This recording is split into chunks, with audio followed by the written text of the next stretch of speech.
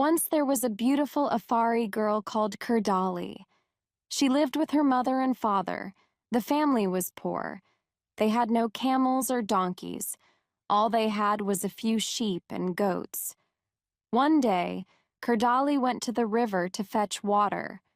But on the way home, she fell and spilled her water. "Oh, my water," she cried. Boreto, a rich man, was walking along the road.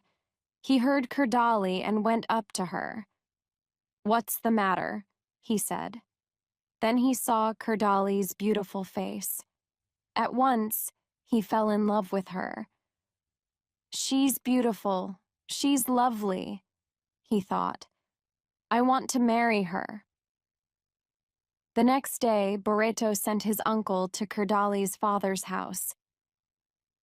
"My nephew wants to marry your daughter," Burrito's uncle said.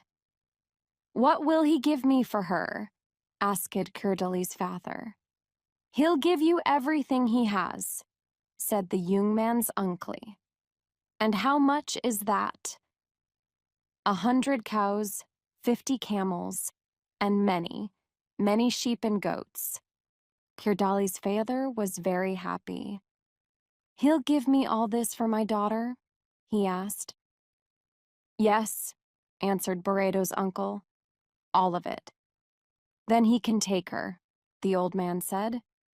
So Boreto gave Kurdali's father all his cows, his camels, his sheep, and his goats. He married Kurdali and took her to his house, but now Boreto was a poor man. "What are we going to eat?" Kurdali said. "Don't worry," her husband answered. "I'm a good hunter. I'll bring home something for the cooking pot every day." So Boreto became a hunter. Every day he went out and killed an animal. Every evening he brought it home, and Kurdali cooked it for their supper. They were very happy.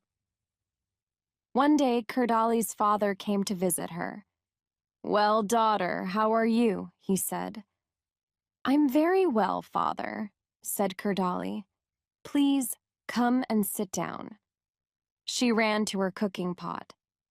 "I must give my father something to eat," she thought. But the cooking pot was empty. "Boreto will soon come home," Kurdali said to herself. "He'll bring some meat. I'll get everything ready now." She lit the fire and filled the cooking pot with water. Then she put the pot on the fire. Soon the water was boiling. It was ready for the meat. But Boreto didn't come. Kurdali waited. The fire began to go out. The water in the pot boiled away. Kurdali fetched more wood and filled the pot with water again. But still, Boreto didn't come.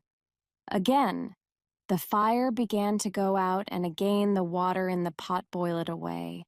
Kurdali put more wood on the fire and more water into the pot. At last she heard a noise outside. She ran out of the hut. A hunter was walking past.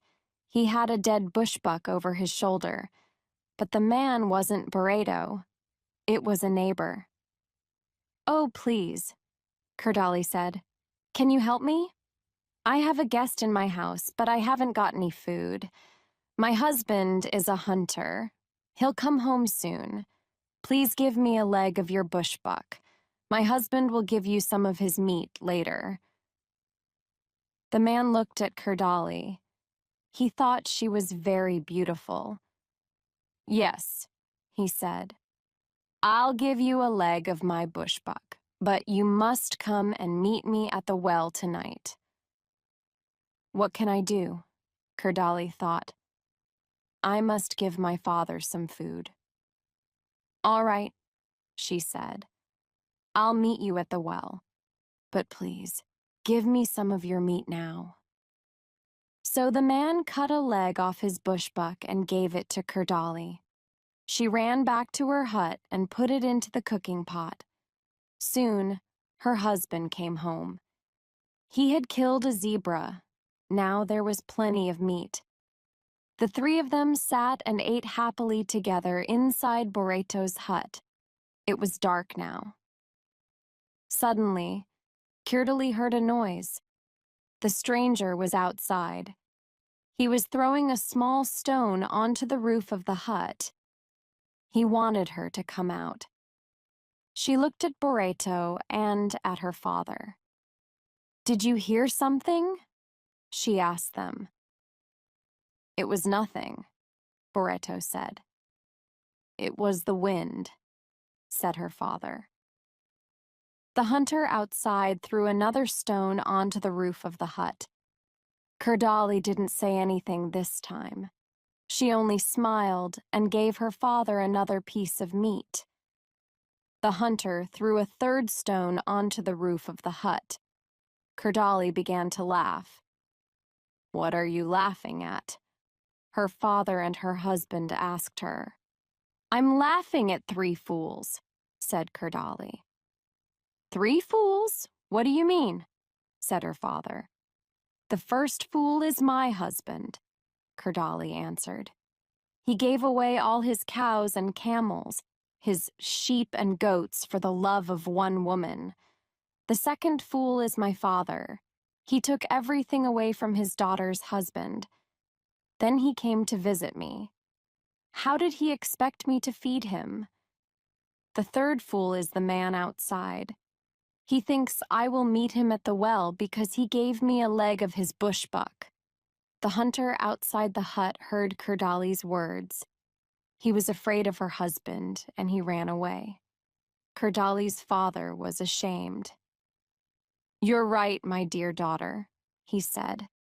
"I made your husband a poor man. I will give him back half his animals." Only Borto was happy. "My wife is beautiful," he said, "but she is clever, too. I am a very lucky man."